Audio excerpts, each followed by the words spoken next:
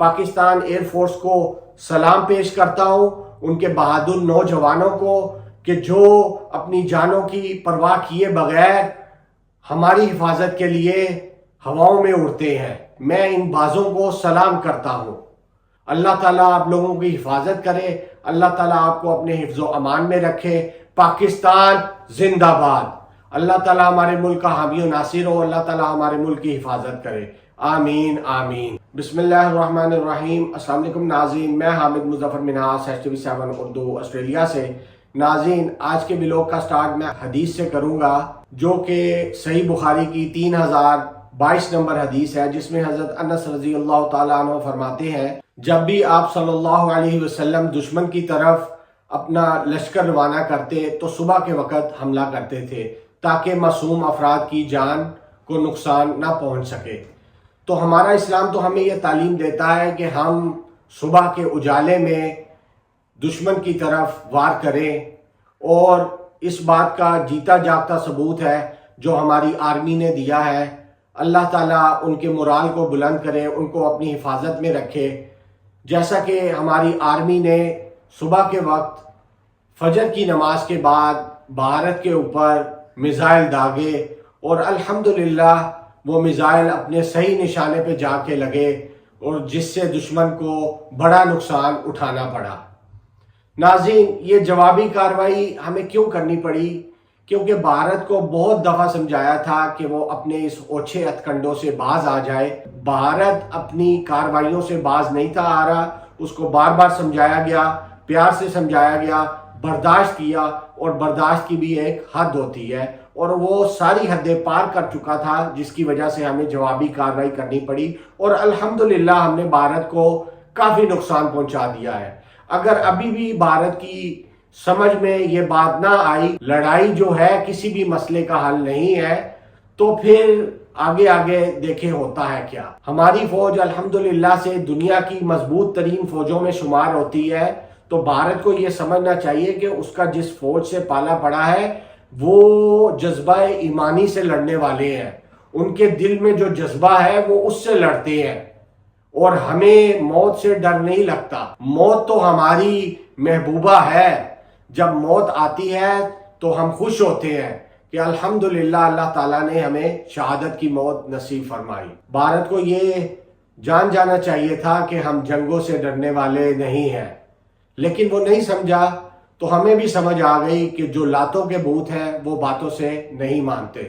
تو اب بھارت کو سمجھ آ گئی ہوگی کہ پاکستان کہاں پہ کھڑا ہے اور وہ کہاں پہ کھڑا ہے۔ تو ناظرین، اب میں آپ کو جو پاکستان فوج نے ایک آپریشن سٹارٹ کیا ہے بنیان مرصوص کے نام سے، اس کا میں آپ کو بتاتا ہوں کہ اس آپریشن کے اندر بھارت کا کتنا نقصان ہو چکا ہے۔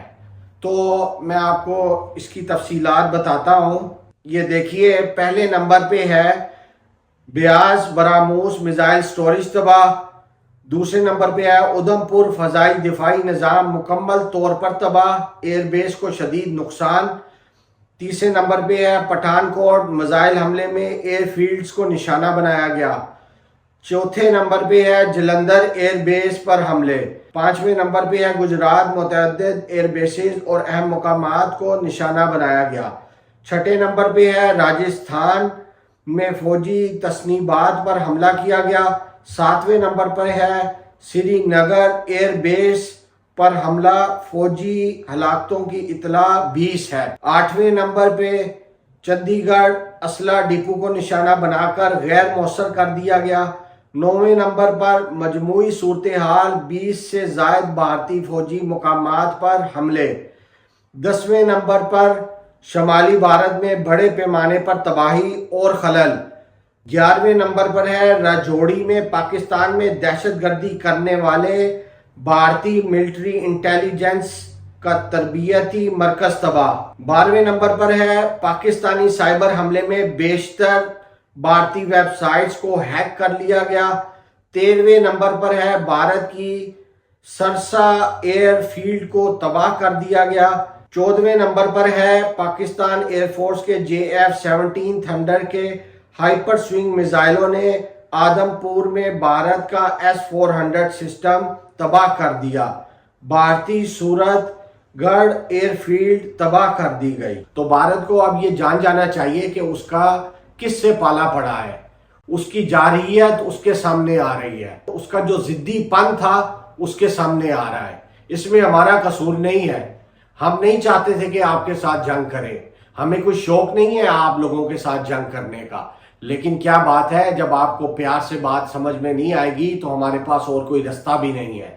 ہم آپ کو ایسا سبق سکھائیں گے کہ آپ ساری زندگی یاد رکھیں گے، آپ کی نسلیں بھی یاد رکھیں گی۔ تو ناظرین، آپ نے دیکھا کہ ہم نے بھارت کو کتنا نقصان اب تک پہنچا دیا ہے، اور وہ صرف 2-4 گھنٹوں میں۔ اور بھارت کتنے دنوں سے ہمیں تنگ کر رہا تھا، ہمارے ملک کے اندر اس نے جگہ جگہ پہ ڈرونز بھیجے۔ اور یہ ہم نے کیوں کیا ہے کہ کل رات کو 9 مئی اور 10 مئی کی درمیانی رات کو بھارت نے پاکستان کے مختلف شہروں میں بے شمار ڈرونز بھیجے اور پھر اس نے میزائل سے حملے کیے۔ تو جو میزائلوں سے وہ حملے کر رہا تھا، الحمدللہ ہم نے ان میزائلوں کا جو سٹوریج ایریا تھا وہ ہم نے تباہ کر دیا ہے۔ الحمدللہ اللہ تعالیٰ نے ہماری مدد کی ہے، ہم کچھ نہیں کرنے والے، ساری مدد اللہ کی ہے۔ اللہ نے ہمیں ذہن دیا، اللہ ہی تربیت کرنے والا ہے۔ جو اللہ کے نام کو بلند کرنے والے ہیں، جس ملک میں اللہ کا نام لیا جاتا ہے، اللہ تعالیٰ خود ان ملکوں کی حفاظت کرتا ہے۔ اللہ تعالیٰ خود اسلام کے لیے لڑنے والوں کی حفاظت کرتا ہے۔ اللہ تعالیٰ خود اسلام کے لیے لڑنے والوں کی تربیت کرتا ہے۔ اللہ تعالیٰ خود ان کے ذہنوں میں ڈالتا ہے کہ کیا کرنا چاہیے، کیسے کرنا چاہیے۔ اللہ تعالیٰ خود ان کے نشانوں کو ایکوریٹ بناتا ہے۔ ہم تو صرف آلہ کار ہیں، ہم تو صرف حکم کے محتاج ہیں۔ سارے کام کرنے میں ہم اللہ کے محتاج ہیں، اللہ کوئی کام کرنے میں کسی کا محتاج نہیں ہے۔ تو ہمیں یہ جان لینا چاہیے کہ یہ نقصان پہنچانے والا اللہ ہے، ہم تو صرف جسے کہتے ہیں ایک سبب ہے۔ اگر اللہ نہ چاہتا تو ہمارے سارے میزائل ضائع ہو جاتے، ہم میزائلوں پہ میزائل مارتے جاتے اور ان کو لگتے ہی نہ۔ تو ہمیں اس سے کیا سبق ملتا ہے کہ ہمیں اللہ کی رسی کو مضبوطی سے تھام کے رکھنا ہے اور تفرقے میں نہیں پڑنا انشاءاللہ۔ اور ہماری قوم کو اس ٹائم پہ متحد ہونے کی ضرورت ہے۔ جو متحد نہیں ہے، جو ناراض ہیں، ان کو بھی متحد ہونے کی سخت ضرورت ہے۔ اور میں اپنی اسٹیبلشمنٹ سے گزارش کرتا ہوں، خدا را ہوش کے ناخن لے، عمران خان صاحب اس ٹائم جیل میں بیٹھے ہیں اور جیل سے تقریباً 10 کلومیٹر کے فاصلے پہ جو ہے میزائل آ کے گرا ہے۔ تو آپ کیا سمجھتے ہیں عمران خان صاحب وہاں پہ سیف ہے؟ عمران خان صاحب اس ملک کے ایک نمایاں لیڈر ہیں۔ ہمارے ملک کے اندر تو کوئی اور لیڈر ہی نہیں ہے، پاکستان کے اندر صرف ایک لیڈر ہے اور وہ ہے عمران خان۔ خدارا اس بات کو جان لیں، جو عمران خان صاحب ہمارا کیس بین الاقوامی سطح پہ جا کے لڑ سکتے ہیں، وہ اور کوئی بھی نہیں لڑ سکتا۔ ہمیں ایک لیڈر کی ضرورت ہے، اس ٹائم پہ ایک جمہوری لیڈر کی ضرورت ہے۔ اور آپ جانتے ہیں جو پاکستان کی 2/3 سے زیادہ عوام ہے، اس نے عمران خان صاحب کو ووٹ دیا ہے۔ تو یہ جتنے بھی بیٹھے ہوئے ہیں حکومت کے اندر، یہ تو سب چور ہیں، یہ تو سب مینڈیٹ چوری کر کے بیٹھے ہوئے ہیں۔ خدارا اس بات کو سمجھیں، یہ ایک لمحہ فکریہ ہے۔ عمران خان صاحب کی حفاظت ہماری ذمہ داری ہے۔ اگر عمران خان صاحب کو خدا نہ خواستہ کچھ ہو گیا تو ملک کے حالات آپ نہیں جانتے کس طرف چلے جائیں گے۔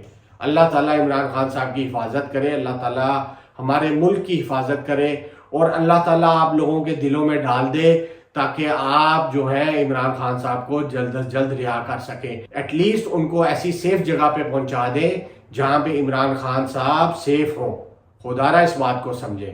اللہ تعالیٰ آپ کو اس کی جزائے خیر دے، اللہ تعالیٰ آپ کو اس کا اجر عظیم عطا کرے، آمین آمین۔ اور ناظرین، ہمیں ان دوستوں کو کبھی بھی نہیں بھولنا چاہیے جو ہمارے مشکل وقت میں کام آئے ہیں، جن میں ایک ترکی ہے، جس میں ایک چائنا ہے، اور جس میں تیسرے نمبر پہ آذربائیجان ہے۔ تو ہمیں ان ملکوں کو کبھی بھی زندگی میں بھولنا نہیں چاہیے، کیونکہ یہ وہ لوگ ہیں جو ہمارے مشکل وقت میں ہمارے کام آئے ہیں۔ اور انشاءاللہ اللہ نہ کرے ان کے اوپر کبھی مشکل وقت آئے، لیکن اگر کبھی آ گیا خدا نہ خواستہ تو وہ ہمیں اپنے ساتھ کھڑا ہوا پائیں گے انشاءاللہ۔ تو ناظرین، اب تک کے لیے بس اتنا ہی۔ میں حامد مظفر منہاس STV7 اردو آسٹریلیا سے۔ مزید ایسی تازہ ترین خبروں اور اپڈیٹس کے لیے ہمارے چینل کے ساتھ جڑے رہیں۔